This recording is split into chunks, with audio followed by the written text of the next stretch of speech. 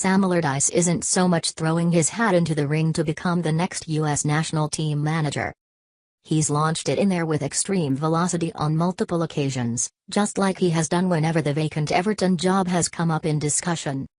The latest such occasion came on Thursday as a guest of Alan Brazil on talkSPORT's breakfast show. Just take a listen to this from Big Sam when he was asked if he'd take charge of the USA. For a man who retired after leading Crystal Palace to safety last season, Big Sam is quite keen to get a new job. Yes, I would go, I think. I think there's a presidential election in January which has stalled the process. If I got the opportunity to speak to the US, then I would look forward to it, Allardyce said.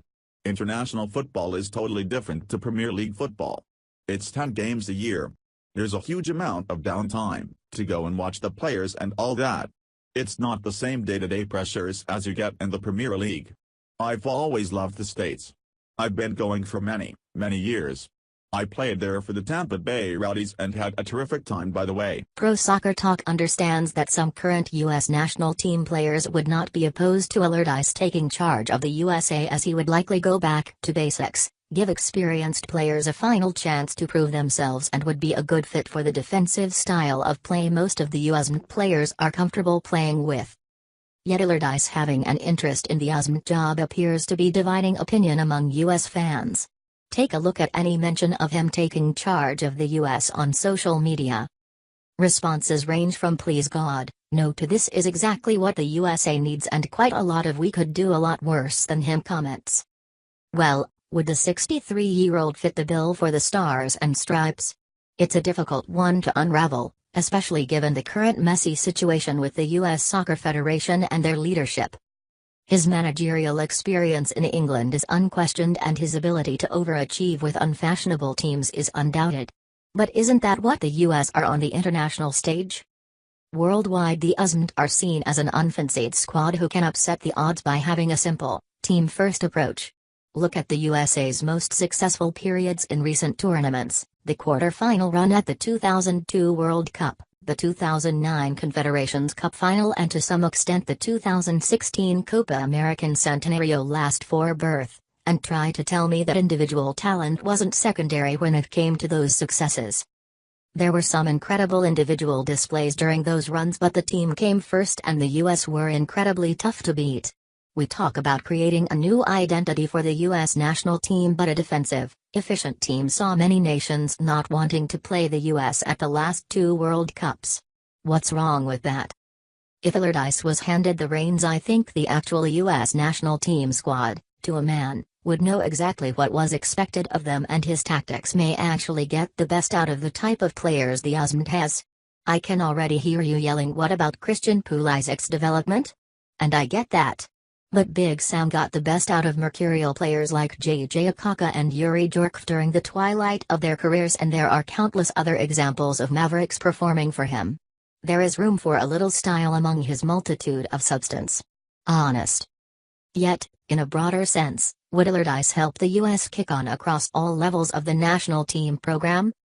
He only had a brief few months in charge of the English national team. The issues surrounding that are worrying enough, and perhaps reason enough for him not to be interviewed for the USMNT job at all, and that is his only previous experience at the international level. Plus, his comments on talkSPORT could come across as someone who fancies a paid vacation in the USA for a few years rather than helping the country fulfill its vast potential as a soccer nation. So the jury is out as to how invested he is when it comes to how young US players are developed. But, hang on. Does he need to worry about that? Simply put, the USMNT head coach should worry about one thing: coaching the US national team players. Don't let Jurgen Klinsmann's position as both the head coach and technical director of US Soccer at the same time cloud your judgment. That was a bizarre situation, and one which shouldn't be replicated. Let a coach coach. There are plenty of other top-class candidates who can work behind the scenes to solve the pay-to-play issues and the myriad of problems involving youth development in US soccer. I'm not saying US soccer should hire Sam Allardyce. Far from it. There will be dozens of viable and talented candidates for the job, and, in truth, nobody should be appointed until February 2018 at the earliest, when we know who the next president of US soccer is and what their vision is for the future.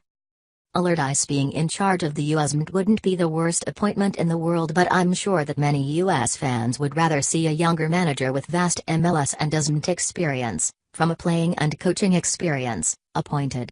Those same fans would also want to see a big name a la Klinsmann take charge and believe the US is above appointing a manager whose expertise is leading struggling Premier League clubs to safety from relegation.